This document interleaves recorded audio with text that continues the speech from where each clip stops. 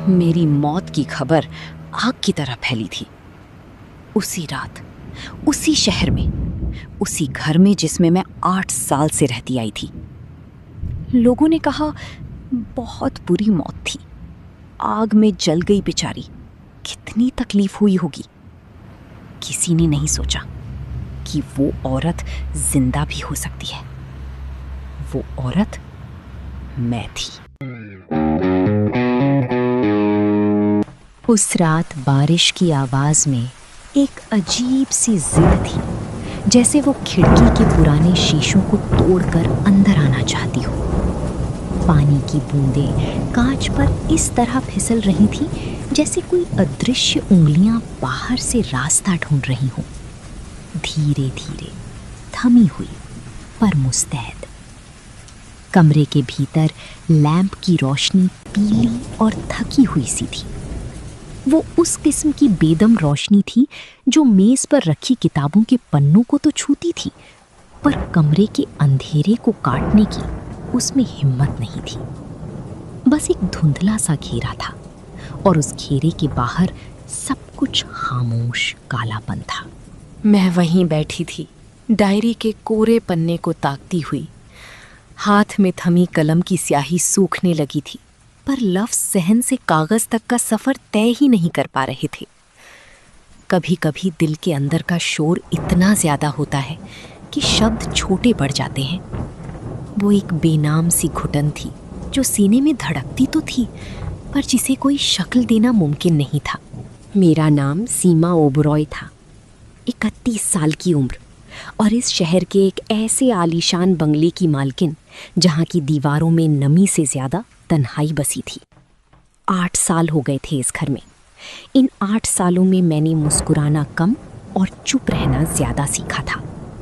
लोग कहते हैं चुप रहना मान लेना होता है, पर मेरे लिए ये चुप रहना सिर्फ अपनी बची कुची रूह को बचाए रखने की एक नाकाम कोशिश थी।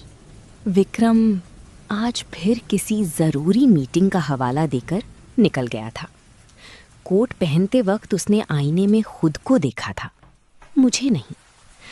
उसकी नज़रें अब मुझ पर ठहरती नहीं थी, बस गुजर जाती थी, जैसे मैं कोई इंसान नहीं बल्कि उस घर का पुराना फर्नीचर हूँ। तभी मेज़ के किनारे रखा मेरा फ़ोन अचानक फिसला और नीचे अंधेरे में जा गिरा। मैं उसे ढूंढने के लिए नीचे झुकी। फर्श का वो पत्थर इतना ठंडा था कि मेरे घुटनों में एक कसक सी उठी। अंधेरे में हाथ मारते हुए फ़ोन तो मिल गया, पर उसके साथ हाथ में आया एक खुरदुरा सा कपड़ा। वो विक्रम की जैकेट थी जो शायद जल्दबाजी में हैंगर से गिर गई थी। उसे उठाते वक्त मेरी उंगलियां उसकी जेब से बाहर झांकते एक कागज से टकराईं। वो बस एक मामूली सा कागज था, पर उसने मेरी जिंदगी की जमीन हिला दी। वो एक इंश्योरेंस पॉलिसी थी, 3 करोड़ रुपए मेरे नाम पर, और नॉमिनी की जगह बड़े बड़े अक्षरों में लिखा था विक्रम ओबेरॉय। मेरे दिल की धड़कन एक पल के लिए जैसे थम गई। पति पत्नी एक दूसरे का इंश्योरेंस कराते हैं, इसमें कुछ गलत नहीं था, पर उस पर पड़ी तारीख ने मेरे हाथ कपा दिए। वो आज की ही तारीख थी, और उस कागज के पीछे स्टेपल किया हुआ एक छोटा सा नोट। उसमें लिखा था, कल रात तक काम हो जाना चाहिए। पीछे की रसोई से शुरुआत करना, गैस का अरेंजमेंट देख लो, पुलिस को एक्सीडेंट ही लगेगा, कंफर्म करो जल्दी। वी। पैर जैसे लकड़ी के हो गए। मैं वहीं फर्श पर ढह गई। कान सुन पड़ गए थे और सिर्फ एक ही आवाज़ गूंज रही थी, बारिश की वो जिद जो अब मुझे किसी मौत के मातम जैसी लग रही थी। अजीब बात थी, मैं रोई नहीं, शायद इसलिए क्योंकि जिस बात का डर आपको बरसों से अंदर ही अंदर खा रहा हो, उसके सच होने पर सदमा नहीं, सिर्फ एक ठंडी सच्चाई महसूस होती है। विक्रम, जिसने मेरे साथ 7 फेरे लिए थे, अब मेरी मौत की कीमत लगा रहा था। मैंने खिड़की की तरफ देखा। धुंधली कांच के पार ये शहर कितना पराया लग रहा था। मेरा अपना घर, जिसे मैंने 8 साल से सींचा था, अब मेरी कब्र बनने वाला था। माँ के पास जाने का ख्याल आया, पर उनके वो पुराने शब्द याद आ गए, बेटा अब वही तुम्हारा घर है। नहीं, कोई नहीं था। मैं बिल्कुल अकेली थी। पर उसी अकेलेपन में से एक चिंगारी उठी। अगर विक्रम चाहता है कि सीमा ओबरॉय मर जाए तो यही सही। सीमा ओबरॉय आज इसी वक्त मर जाएगी, पर उसकी रूह नहीं, उसका साया नहीं, बल्कि वो पहचान जिसे विक्रम ने कुचलने की कोशिश की थी। मैंने अलमारी के गुप्त कोने से वो 80,000 रुपए निकाले जो मैंने महीनों की बचत से जमा किए थे। हाथ अभी भी कांप रहे थे, पर इरादा अब पत्थर जैसा था। मैंने एक छोटा बैग लिया। कोई भारी गहने नहीं, कोई पुरानी यादें नहीं, सिर्फ कुछ ज़रूरत का सामान और वो पुराना मोबाइल जो मैंने कभी डर के मारे चुपके से खरीद लिया था। रसोई की तरफ जाते हुए मेरे कदम भारी थे। वहाँ की हवा में नमी और लोहे की गंध मिली हुई थी। मैंने अपना एक पुराना लाल दुपट्टा और अपना पहचान पत्र वहीं छोड़ दिया। गैस का नॉब बहुत धीरे से घुमाया, इतना कि हल्की सी महक आने लगे।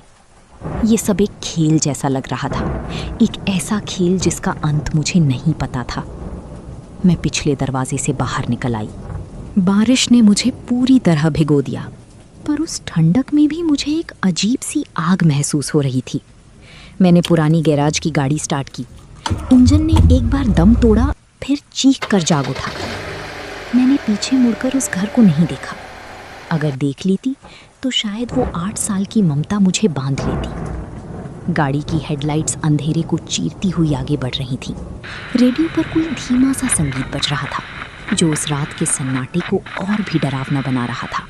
6 महीने बाद अब मैं सीमा ओबेरॉय नहीं थी, अब मैं सिमरन माथुर थी। एक नया शहर, एक छोटा सा कमरा और एक ऐसी नौकरी जहां मुझे किसी के सामने झुकना नहीं पड़ता था। उस शाम शहर के सबसे बड़े होटल के हॉल में जब मैं दाखिल हुई तो मेरी हील्स की आवाज संगमरमर के फर्श पर गूंज रही थी।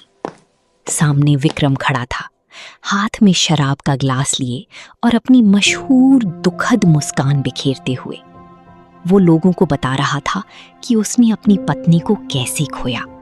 उसकी आवाज सुनकर मेरे सीने में एक दर्द उठा, पर वो कमजोरी का नहीं था, वो नफरत का था। मैं उसके करीब से गुजरी।